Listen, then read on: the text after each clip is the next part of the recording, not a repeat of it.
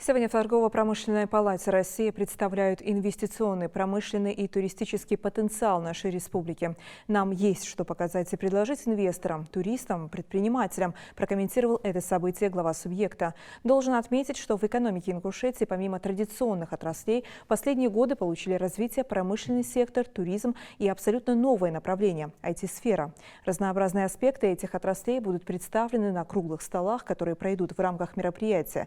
Республика открыта для инвестиций. Я уверен, что итоги работы выставки послужат развитию Ингушетии, заинтересуют потенциальных инвесторов и придадут импульс формированию деловых связей. Конец цитаты.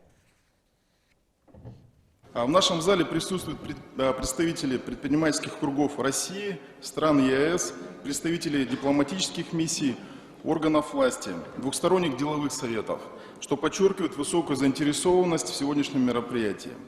В прошлом году в ходе визита в Ингушетию мы достигли договоренности о проведении презентации на площадке Торгово-промышленной палаты Российской Федерации.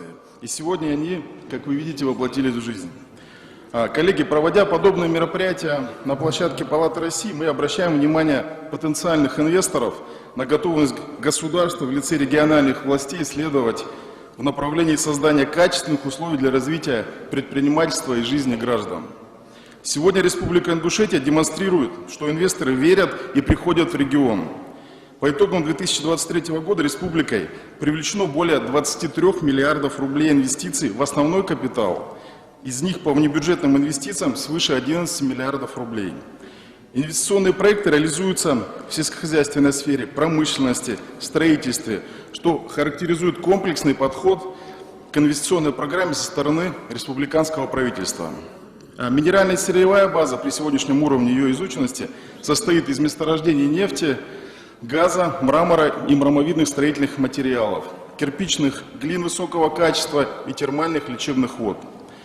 Одновременно делается акцент на развитие образовательной среды, взращивание молодых и перспективных кадров, что особенно важно в условиях кадрового дефицита, который чувствуют все отрасли экономики и большинство регионов. Достижения Ингушетии в области строительства и модернизации образовательных объектов были отмечены как особо значимые на международной выставке форуме «Россия» на ВДНХ в рамках тематического дня образования. Республику представили к награде в номинации «Прорыв» 2023 года. Развитие инвестиционного потенциала, обеспеченность собственными кадровыми ресурсами при благоприятной демографической обстановке, потрясающее культурное наследие и привлекательные климатические условия делают республику действительно интересным и перспективным партнером. Это подтверждают предприниматели, члены Торгово-промышленной палаты Ингушетия, не только коренные жители, бизнесмены, но и предприниматели, сделавшие выбор в пользу ведения бизнеса в республике. Дорогие друзья, по поручению полномочного представителя президента Российской Федерации в Северо-Кавказском федеральном округе Юрия Яковлевича Чайки рад всех приветствовать сегодня на таком значимом мероприятии, на котором собрались гости, те, кто готовил это прекрасное мероприятие. Абсолютно уверен, что сегодняшнее мероприятие придаст новый импульс по развитию инвестиционного потенциала республики, который за последние 5 лет значительно вырос, и уже, как было отмечено, только за прошлый год объем инвестиций в основной капитал прирос на 5,5%. И хочу отметить, что такая динамика, она показывает свои результаты из года в год. Действительно, сегодня в республике произошли огромные изменения в плане инвестиционного климата, и мы много сегодня будем говорить. Созданы условия для того, чтобы инвесторы заходили в республику и не переживали за свои инвестиции. Созданы инвестиционные льготы, начиная от налогов, кончая выделением земли.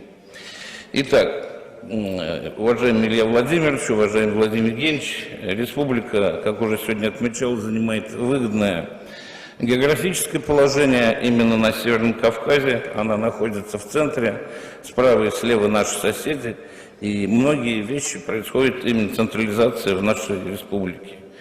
Мы имеем хороший транспортно-логистический потенциал. У нас существует аэропорт, который получил статус международного.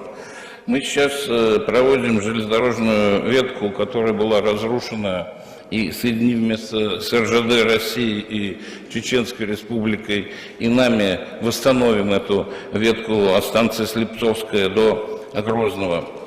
Значит, у нас существует очень мощный, единственный на Северном Кавказе, государственный таможенный склад временного хранения грузов.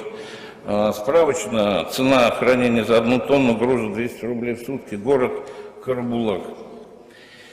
Как уже отмечалось в докладе вышесказанных товарищей, индекс промышленного производства составил 117%. Это первое место по СКФО и четвертое по Российской Федерации.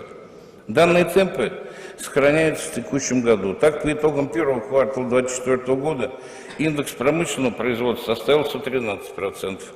Объем отгруженных товаров собственного производства, выполненных работ и услуг составил 4 миллиарда или 186% по отношению к аналогичному периоду прошлого года. Видим мы на слайде, что индекс промышленного производства, обрабатывающих производств составил 102%.